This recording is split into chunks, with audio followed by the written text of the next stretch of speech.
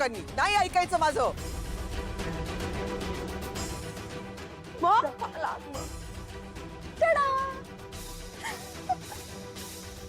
हे काय केलंय केसांचं? अरे आम्ही सलो मध्ये गेलो होतो, खूप सुंदर होतं ते, माहितीये तुला? हे काय आहे? हा? अरे शॉपिंग पण केली आहे बघ ना. हे सगळं एवढं सगळं दुकानात उचलून आणलंयस तू? काय गरज काय होती? तर लेक्चर नको देऊ प्लीज. मी छान छान घेऊन आली सगळं. हाय, मी ना खूप थकली उन्हात फिरून फिरून ना. मी चेंज करते. ओके, जा, फ्रेश जा. हे काय केलंय केसांचं?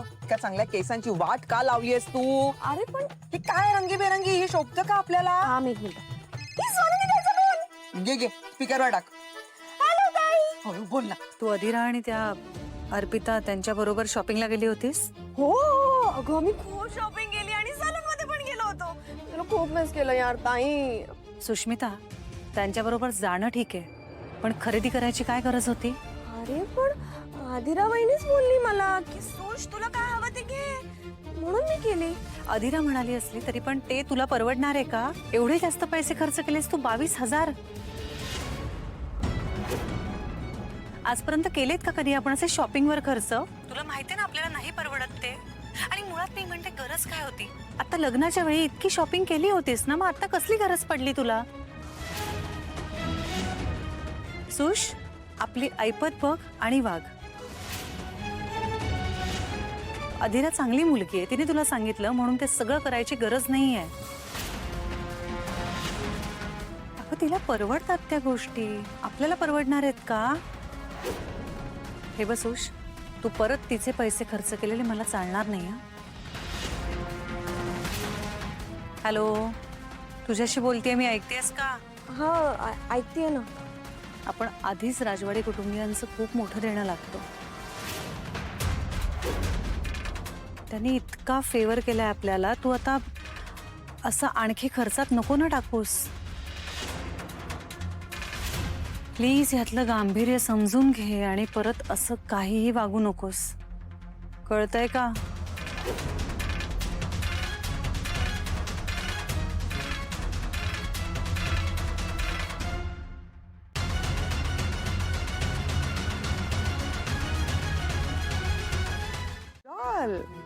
कशी आहेस?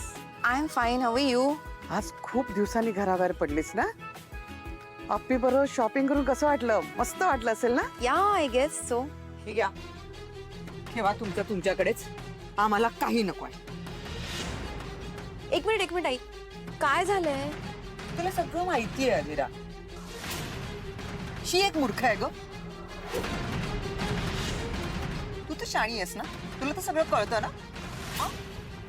एक मिनिट, तुम्ही कशाबद्दल बोलताय? I don't understand. एक तर माझ्या मुलीला घेऊन गेली तू, तिच्यासाठी एवढं शॉपिंग केलं, तिला सलॉमध्ये वगैरे घेऊन गेली, आणि आता हे सगळं बोलून दाखवताय, काढून दाखवताय. एक मिनिट, तुमचा काहीतरी गैरसमज होता. मी कोणाला काहीच बोललेले नाहीये. स्वानंदी का बडबडली हिला?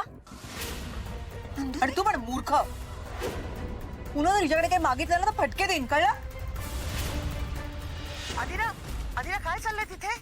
रोहनची आई इतका आरडाओरडा का करतायत? मॉम, मी तुला नंतर फोन करते. ओके, प्लीज सांग ना, मला काळजी वाटते. नंतर फोन करते, मी सांगते सगळं. अगं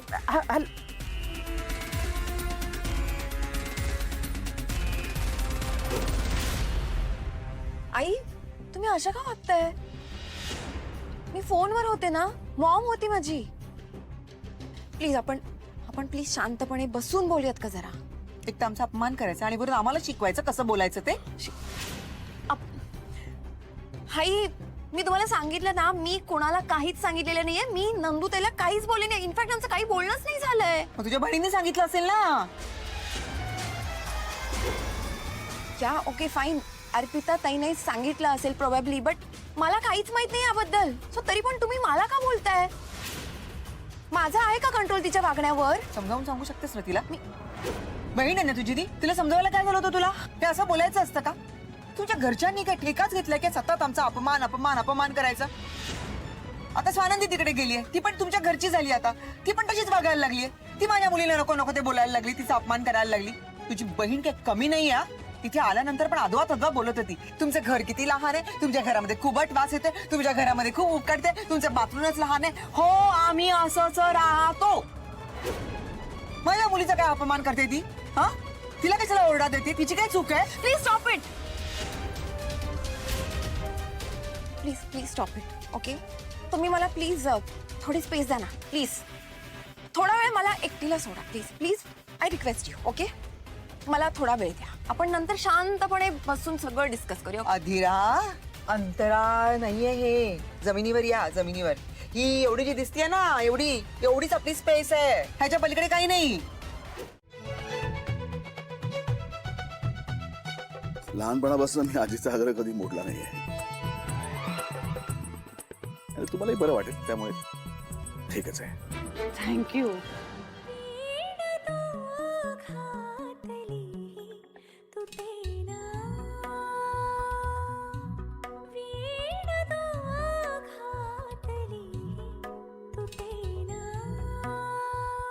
आजीने आग्रह केला म्हणून नाहीतर आणि तुमचंही अभिनंदन.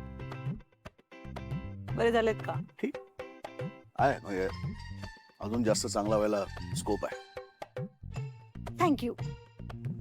हा, अवकाश हो झालं माझं. घेऊन जाऊ. राहू दे, मी काही खाणार नाही पण